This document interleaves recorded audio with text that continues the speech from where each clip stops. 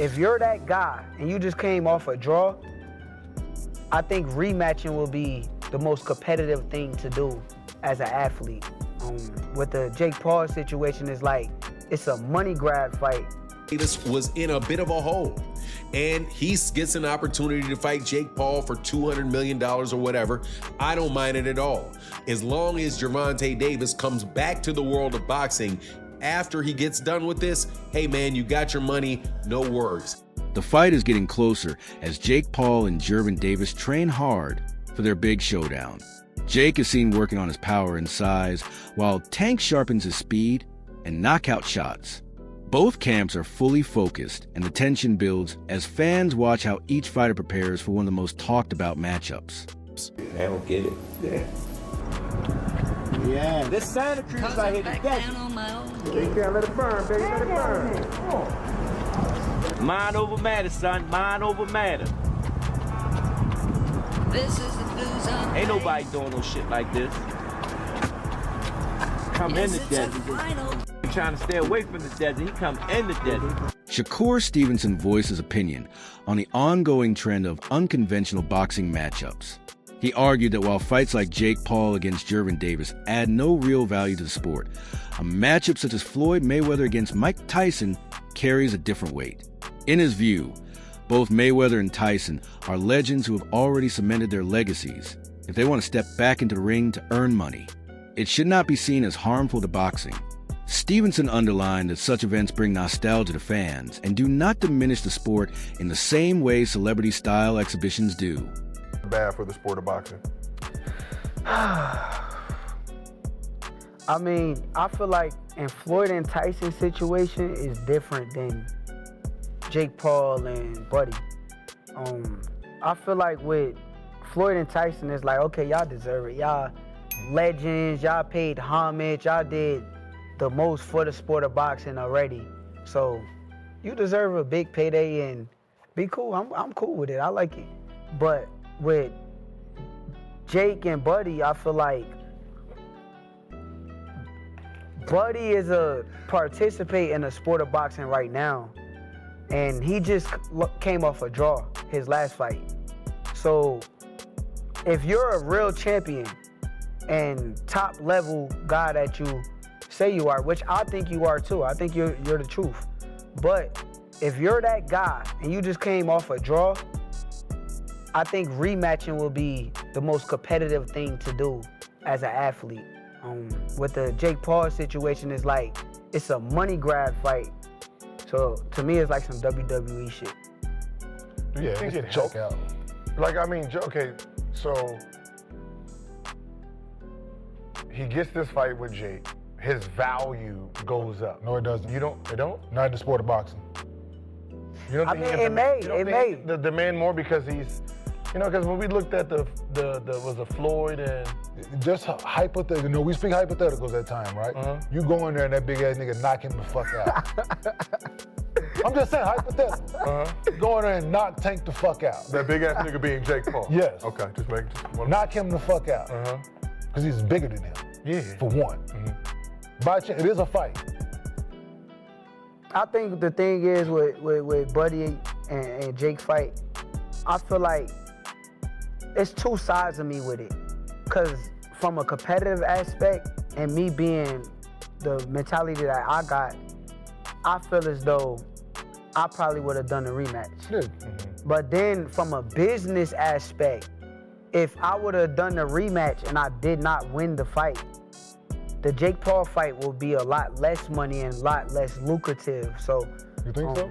From a business aspect, I understand that anybody that with a business mind probably would have took that fight for as much money as it was. So I'm a realist. Like, I ain't gonna just bash, bro. No. Bad for the sport of boxing. I mean, I feel like in Floyd and Tyson's situation is different than UFC President Dana White delivered blunt reaction when asked about the proposed clash between Jake Paul and Gervonta Davis. White claimed that very few fans were genuinely excited for the matchup, but admitted it could actually help Davis. Davis had been facing a period of public scrutiny and challenges outside the ring, which lowered his momentum. Jake Paul stepped in with a financial offer during this vulnerable time. White pointed out that although the event is being mocked, it could give Davis exposure and earnings at a time when he needs them most. Expanding on his take, White shocked many by declaring that Jake Paul could realistically defeat Gervonta Davis. His reasoning was based not on technical boxing skills, but on sheer physicality. White emphasized that Paul has size, strength, and reach advantages, while Davis, though powerful, is much smaller and accustomed to fighting lighter men. For White, the outcome of such a fight would not be about who is the better boxer, but about whether Davis had overcome the overwhelming natural attributes that Paul carries into the ring. Jake Paul to beat Gervonta Davis. This is not a fight that I'm excited for at all. I would rather have Gervonta Davis fighting in a real boxing match against the likes of Lamont Roach, Shakur Stevenson, Keyshawn Davis, Emmanuel Navarrete, anybody that is in the 135-pound division and around. That's who I want to see Gervonta Davis fight. However, we live in a world where everybody is trying to do things as big as possible. And the biggest fights possible right now, unfortunately for the sport of boxing, is an exhibition fight between Jake Paul and Gervonta Davis. So I do like it for this reason, though. I like it because it is allowing Gervonta Davis to have a fight that is going to be big and that the mainstream media is going to have to cover, the mainstream media outside the world of boxing. Gervonta Davis has been, without a doubt, blocked, having venues blocked, having fighters, having other promoters paying fighters away to go different directions from Gervonta Davis. So Gervonta Davis was in a bit of a hole. And he gets an opportunity to fight Jake Paul for $200 million or whatever. I don't mind it at all. As long as Gervonta Davis comes back to the world of boxing after he gets done with this, hey man, you got your money, no worries. But you gotta love Dana White having the audacity to pick Jake Paul in this fight. Former world champion Paulie Malignaggi gave his honest take on the idea of Terrence Crawford stepping into the ring with Jake Paul. While he praised Crawford as an elite fighter with one of the best skill sets in modern boxing, he cautioned that size differences can sometimes outweigh technical brilliance.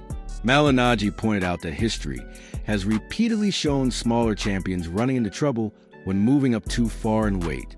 He emphasized that Jake Paul's natural frame combined with his raw punching power could create serious problems for Crawford despite his superior technique. For Malignaggi, the issue is not about talent but about physical limits. Boxing is still a sport where size, strength, and durability matter. He suggested that even a fighter as sharp and adaptable as Crawford might find it extremely risky to face someone who outweighs him so significantly, showing that skill cannot always erase size disadvantages. I think Davis is more to lose because he's the bona fide world champion. I don't care if he's much smaller. I think Jake Paul has sort of plateaued as far as where his boxing is concerned. It's rather low level. Yeah. He's big, he's physical, he's strong, he can hit. So there is that risk. Davis, at lightweight, you're in a moment where it's too physical for you, you can clinch. Against the heavyweight, where you clinching? You ain't getting out of that corner just clinching anymore if you run out of space. You know what I mean? So it's interesting. But Davis, listen, there's a lot of talking points that I'm sure we'll get into when this gets closer to the fight. Davis can still punch at lightweight. Can he drop a heavyweight? There's a lot to gain there, right? If Davis knocks, the answer is yes. If Davis drops Jake on his ass, as much as Davis is the one with more to lose, it's still a highlight moment. A visual that will stay forever. Yeah, but if you get dropped, even if you're smaller, you're still a world champion in multiple weight classes. If you get dropped, what's the look? What's the feel? On the inside, as boxers, me and Chris Algieri, the champ, even you, Jim, you have fight experience, so we know that the risk is a big guy that big hits you. You're probably going down if you're a small guy, if he hits you clean. So we know the risk, but how does it look to the public eye who don't understand that? You know what I mean? The public. So there is a lot to lose, though. There's a bit to gain. I wouldn't necessarily have an issue with this had Davis's career arc been one that benefited boxing. Davis was manufactured and put into a position where he's supposed to benefit boxing. And I don't think he has. I think he's hurt boxing. So by giving him this reward, that's my problem. Why are we watching this? Why don't you make him earn his spot that he still hasn't earned, mind you?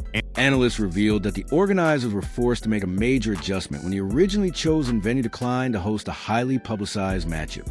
Local officials reportedly dismissed it as more of a circus event than a legitimate sporting contest, leading to an outright refusal to approve. This decision came as a surprise to many, as the initial location was considered ideal for attracting a large crowd and generating substantial revenue. Instead of delaying or scrapping the fight, promoters scrambled to find an alternative site that would embrace the spectacle. Within days, they secured a new venue that was willing to host the clash, ensuring the event would proceed as planned. However, this sudden shift has fueled criticism about the fight's overall credibility. Detractors argue that if an arena of such prestige rejected it, the contest itself may not hold much sporting value. Many now view the matchup as being driven more by entertainment and financial motives than genuine competitive merit. The abrupt relocation has become a talking point in itself, with observers suggesting that the controversy surrounding the venue change underscores the ongoing debate about whether these crossover fights belong in the boxing world at all. 35 pounds. Jake Paul is over 50 pounds heavier than Gervonta Tank Davis, and he's nearly a foot taller than Gervonta Tank Davis. So no sanction body wants to, and no commission wants to, should I say, I keep saying sanction body, no commission wants to sanction it. They don't want to be a part of it, as I told you guys. So they announced that the fight was going to take place November 14th in Atlanta at the State Farm Arena where the Atlanta Hawks play. And the Georgia Athletic Commission, he came out and he made a serious statement, and he let the world know that they falsely advertised this fight, okay, because no commission won't sanction it to be a real boxing match, let alone they're not even interested in allowing it to be an exhibition, okay? They don't even want it to be, they don't even want to be responsible for an exhibition of this magnitude, right? So he comes out and he says, the commissioner, head of the Georgia Commission, he comes out, he says, quote, I believe it's in the public's interest to know, because they've been promoting something they should not have been promoting. It's the dumbest thing I ever heard. It's a money grabber, and I'm not okay with that. So they telling him it's just for the money. Retired champion Carl Froch gave his input by labeling Jake Paul's career as one motivated solely by money. Froch argued that Paul is not chasing boxing greatness, but rather financial opportunities. According to him, Paul selects opponents based on what will generate the most attention and revenue, not what will provide the toughest challenges. Froch admitted that the strategy works in terms of marketing, but claimed it prevents Paul from gaining respect as a true competitor in the sport. He'd mentioned me before, and there'll be people out there saying, oh, Carl Froch talking about himself, he's after a payday. Listen, I'm not after a payday. I'm doing all right. There's no problems with my finances. But I'll take the fucking payday, of course I will. And I'll end Jake Paul with one punch. I'd go in there one-armed and beat this guy. He can't box. He's absolutely fucking useless, which we saw last night with Mike Tyson. Talking about Canelo Alvarez. I've not mentioned Canelo Alvarez because it's just laughable. Jake Paul, Canelo Alvarez, can you imagine? I mean, if Jake Paul fancies that and he jumps in the ring with him, I will pay homage to him, because fair play, if he jumps in there with Canelo Alvarez, he'll get absolutely fucking destroyed, and it will be fast and it will be messy, and it will be bad for his health as well, potentially. MMA star Nate Diaz dismissed the matchup altogether, saying he did not even want to offer a prediction. In Diaz's view, the bout is not a legitimate contest, but rather a spectacle designed for pay-per-view sales. He criticized the direction of boxing for leaning too heavily on these manufactured events, which he believes damage the sport's credibility. Diaz maintained that such fights are not about competition, but purely about profit, and for that reason, he cannot treat them as serious sporting events. I gotta ask you, Jake Paul versus Gervonta Davis. Does Davis have a chance? Gervonta is great boxer, but he ain't gonna be Jake Paul. So you got Jake Paul by knockout, or? No, I don't got anybody, but I don't think He's just too small. I don't want to beat up somebody that small. I don't want to, you know what I'm saying? What do you think of the fight? I don't want to lose to somebody that. There's no point in the fight.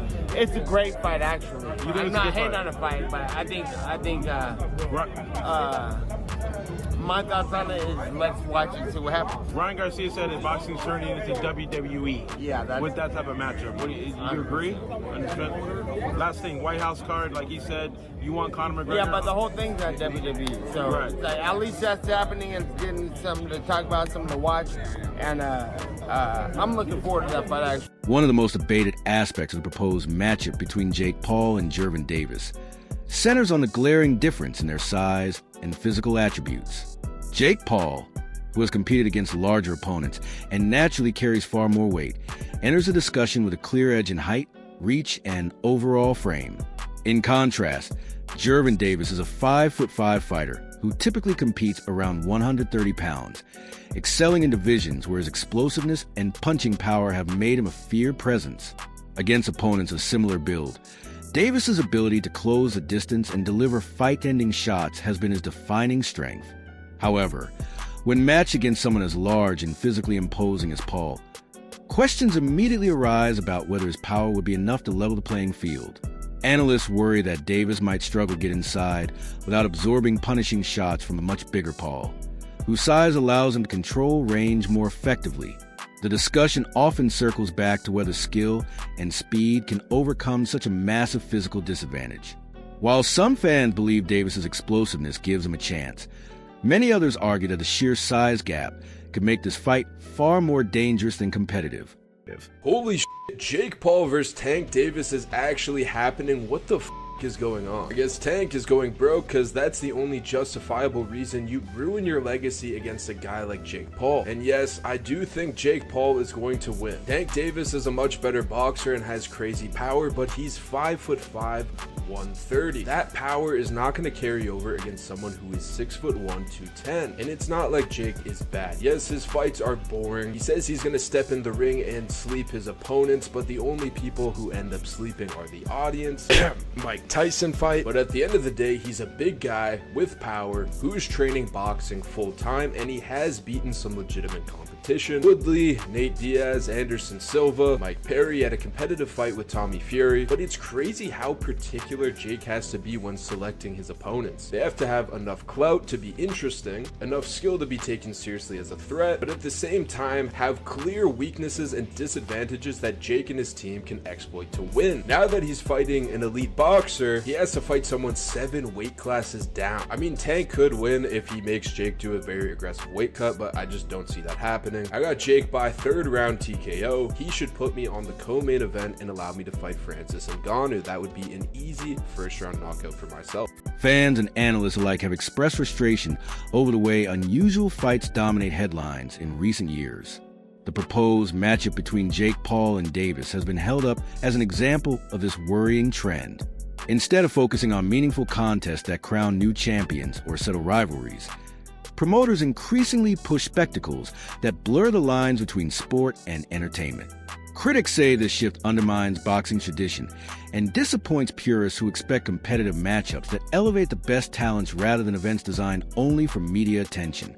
So breaking news, Jake Paul will be taking on Tank Davis in an exhibition on November 15th in Atlanta, Georgia, live on Netflix. And this is crazy for multiple reasons.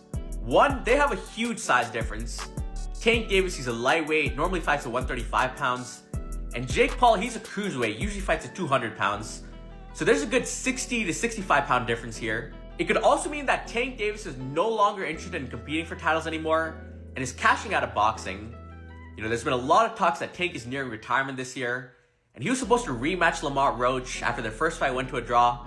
But instead of chasing the Roach rematch, instead he takes the Jake Paul fight for money. So maybe this is Tank's last, or one of his last fights. And same for Jake Paul. He just got ranked number 14 at cruiserweight after beating Julio Cesar Chavez Jr. So he's supposed to be fighting other ranked contenders or top guys at cruiserweight. But instead, he's taking a money fight. But I do expect these two to go after each other. Even though it is an exhibition, I don't think it'll just be some boring sparring match. I do think they'll try a decent amount. But Tank obviously is a lot more skilled. Jake has a lot more size. But you guys let me know who you got. An analyst discussing the rise of the Paul brothers noted that their strategy has always been built on maximizing attention. He explained that Logan and Jake do not worry about critics because every controversy only fuels more interest. Whether praised or mocked, they continue to dominate conversation by orchestrating polarizing events. In this light, their choice of opponents is less about boxing achievement and more about generating headlines.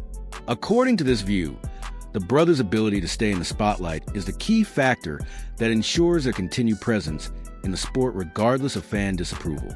It's like blockbuster events. They don't look at them as sporting events. They look at them as spectacle. I mean, Logan's in the fucking WWE, for God's sake. That's the way they look at it. And that's the way Jake looks at these kind of events. He does, because he's fighting Gervonta Davis. Into any sports, hardcore, competition, morale, effort, you know, legacy, hierarchy, minded sports person, none of it makes any sense. Because we go, well, no, Gervonta is not in Jake's weight class. What does that prove?